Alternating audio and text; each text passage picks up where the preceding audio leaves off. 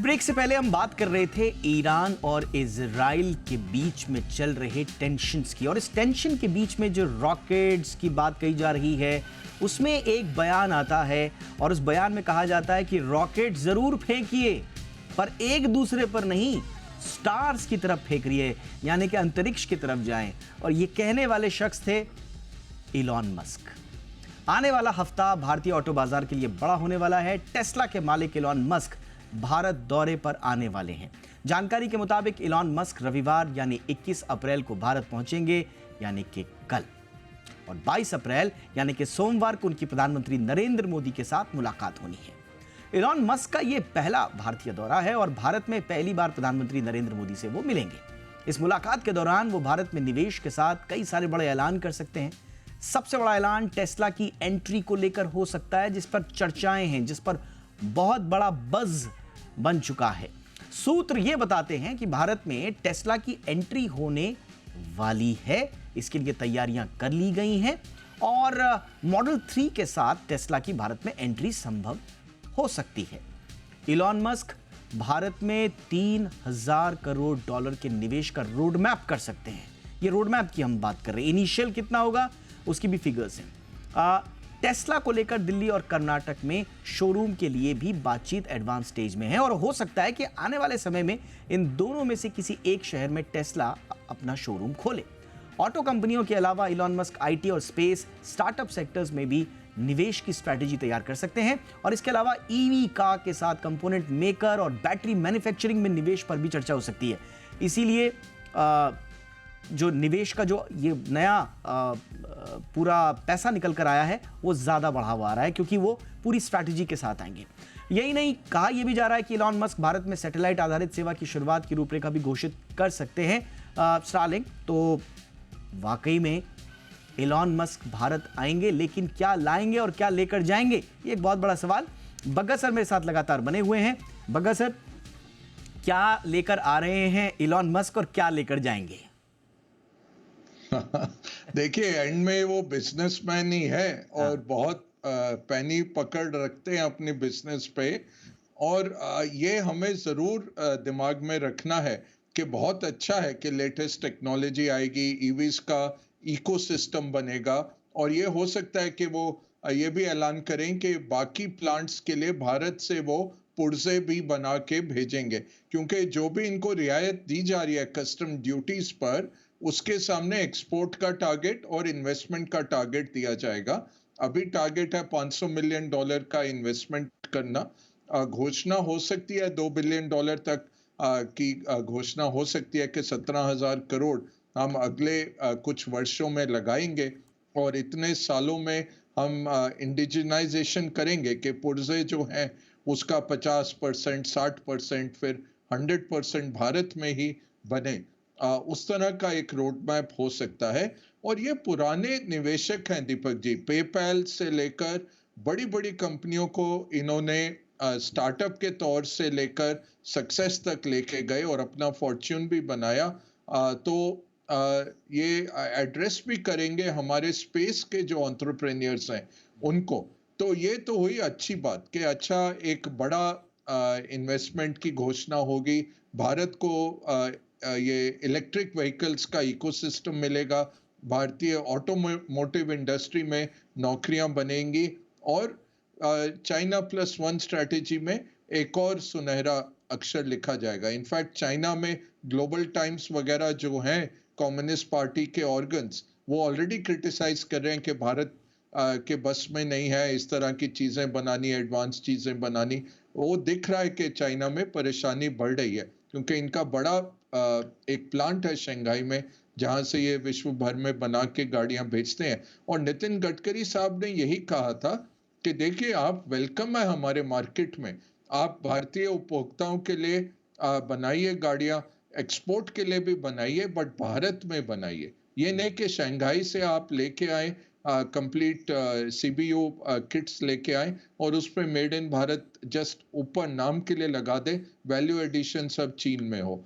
तो ये गडकरी साहब ने कहा था, काफी टाइम से ये नेगोशिएशन चल रहा था और लगता है कि इसका पूर्णता से एक अनाउंसमेंट अब मंडे को आ जाएगा। Alright sir, sir may be Elon Musk is finally ready, but ये भी कहा जाता है कि क्या वाकई में भारत पूरी तरह से तैयार है इलॉन मस्क के आइडिया को आत्मसात करने में, और हमारे जो अपने डोमेस्टिक हित हैं उनके हिसाब से क्या हम पूरी तरह से तैयार हैं इलॉन मस्क और उनके पूरे इकोसिस्टम को भारत में स्थापित होने के लिए? सर देखिए, चाइना जिस तरह से वेलकम करता है, सिंगल विंडो क्लियरेंस लेके आते हैं, क्योंकि वो सिंगल पार्टी है, डेमोक्रेसी नहीं है, और वो सीधा रफ शॉट होके किसी भी तरह से करते हैं। हमारे यहाँ बहुत चीजें करनी पड़ती हैं और कोर्ट से कई बारी ऑर्डर लेने पड़ते हैं, वो सब चीजें रहती हैं, इतना आसान नहीं रहता।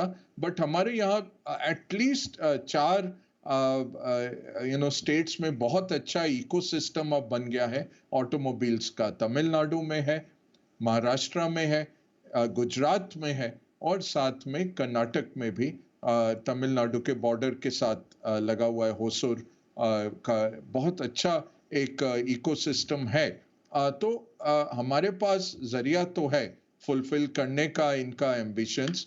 उतनी तेजी से हम नहीं जाते जैसे चाइना, क्योंकि वो कम्युनिस्ट है और वो हर चीज में वो एक अपना मनवाई कर सकते हैं। यहाँ पे डेमोक्रेसी चलती है, सबको साथ लेना पड़ता है। बट ये देखना पड़ेगा दीपक जी कि हमें इतना भी इनसे उम्मीद इतनी ऊंची नहीं रखनी चाहिए कि ट्रैक रिकॉर्ड क्या है। डेलावेयर में इनको $56 बिलियन का अपने को इन्होंने दे दिया था कंपनी से पेमेंट, अपनी सैलरी और शेयर्स का 56 बिलियन, जो एक कोर्ट ने हटाया। तो अब वो वहां से डेलावेयर से रजिस्ट्रेशन लेके टेक्सास में जा रहे हैं और वहां पे फिर से बोर्ड से पास करवा रहे हैं 56 बिलियन का। कुछ भी इनकी लड़ाई होती है, कैलिफोर्निया में फैक्ट्रियों में लड़ाई हुई इनकी गवर्नमेंट से, ये ट्विटर पे लिख देते हैं तुरंत। तो ये यूज टू है, बट शंघाई में ऐसा नहीं करते। चाइनीज गवर्नमेंट के आगे सिर झुका के चुपचाप रहते हैं। कोई ज्यादा चीज कभी ना इन्होंने ह्यूमन राइट्स पे बात की है या चाइना के तौर तरीकों पे। तो बिजनेसमैन है मूलभूत, अमेरिका के फ्री स्पीच को यूज करते हैं अपने बिजनेस के लिए। बट सर भी वही फ्री। बट सर आपसे थोड़ा समझना चाहूंगा, जो कुछ कुछ भारत के खिलाफ भी और भारत को ठीक नहीं लगने वाले बयान भी इनके हमने देखे और इनको एंटी इंडिया भी कहा जाता है। तो ये बिजनेस वाली जो इनका पर्सनैलिटी है वो भारत के मामले में क्यों नहीं दिखती सर?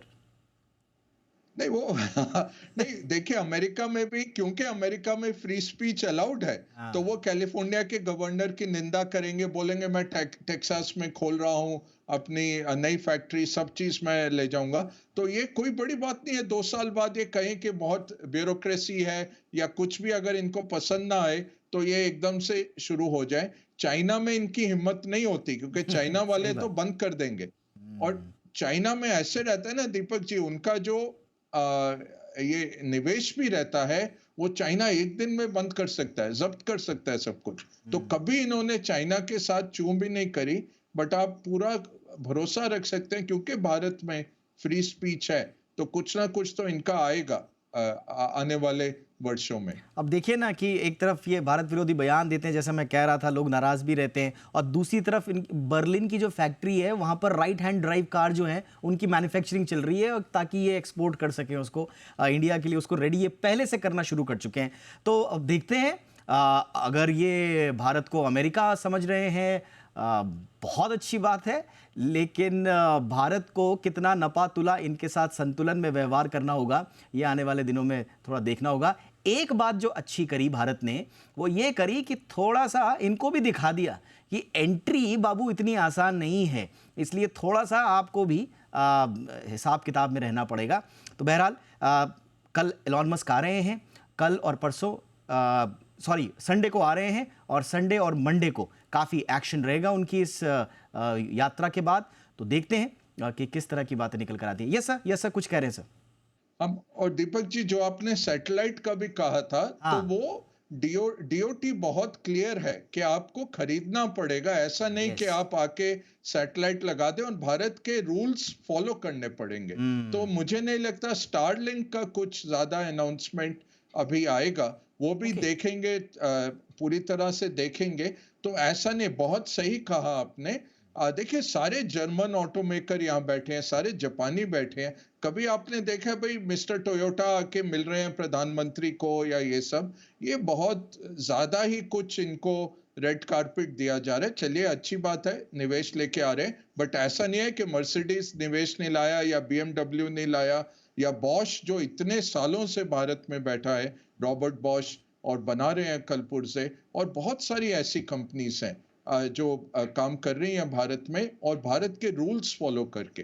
तो यही है मुझे कि हमारे रूल्स फॉलो करके और हमारे तौर तरीके फॉलो करें, और हम अमेरिका जैसे ही हैं फ्री स्पीच में, बट रिस्पेक्ट मिले भारत को भी इनसे। बिल्कुल, और मुझे लगता है हम अपर हैंड पे हैं भी इस वक्त, क्योंकि जो कंपटीशन और जो सबक इनको चाइना से मिले हैं, और बीवाईडी की जो इनके सामने एकदम पैरेलली खड़ा होकर इनको एक तरह से मात भी दिया है, तो उसके बाद से मुझे लगता है कि इनके हाथ भी थोड़ा सा जिसको कहते हैं ना कि दूध का जला छाछ भी फूक फूक कर पीता है। लेकिन देखते हैं, इलॉन मस्क हैं, अपनी पर्सनालिटी के लिए जाने जाते हैं, अनप्रेडिक्टेबल। भारत में क्या कुछ करते हैं देखना दिलचस्प होगा। Thank you so much sir, बहुत मजा आया हमेशा की तरह आपसे बातचीत करके, बहुत सारे इनसाइट्स दिए आपने। Thank you sir. Thank you ji.